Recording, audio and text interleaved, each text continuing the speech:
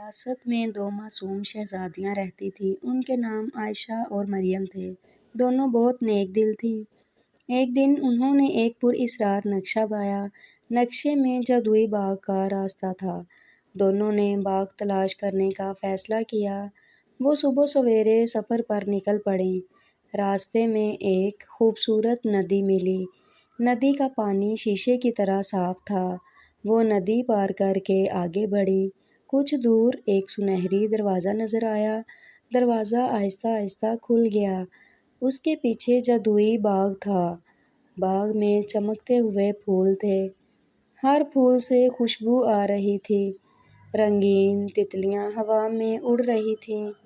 دونوں حیرت سے سب کچھ دیکھ رہی تھیں۔ اچانک ایک ننھی پری نمودار ہوئی۔ پری نے مسکرا کر ان کو سلام کیا۔ اس نے شہزادیوں کو خوش آمدید کہا۔ پری انہیں باغ کی سیر کروانے لگی۔ باغ میں ایک خواہشوں کا درخت تھا۔ درخت پر چاندی جیسے پتے تھے۔ پری نے کہا کہ یہ درخت خاص ہے۔ دونوں نے اچھی دعائیں مانگیں۔ درخت کے پتے چمکنے لگے۔ باغ میں روشنی پھیل گئی اور اچانک ایک اداس سا خرگوش ان کے سامنے آ گیا۔ خرگوش اپنا راستہ بھول گیا تھا۔ شہزادیوں نے اس کی مدد کی۔ وہ خرگوش کو اس کے گھر تک لے گئیں۔ خرگوش بہت خوش ہوا۔ اس نے ان کا شکریہ ادا کیا۔ پری بھی ان کی مہربانی سے خوش ہوئی۔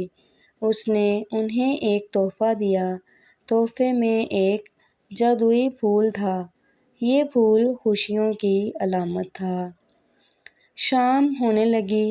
شہزادیاں واپس محل کی طرف روانہ ہوئیں۔ راستے بھر وہ ہنستی مسکراتی رہیں۔ محل پہنچ کر انہوں نے سب کو قصہ سنایا۔ سب حیران رہ گئے۔ بادشاہ نے ان کی بہت تعریف کی۔ ملکہ نے انہیں گلے لگا لیا۔ جادوئی پھول محل میں سجا دیا گیا۔ اس کی خوشبو ہر طرف پھیل گئی۔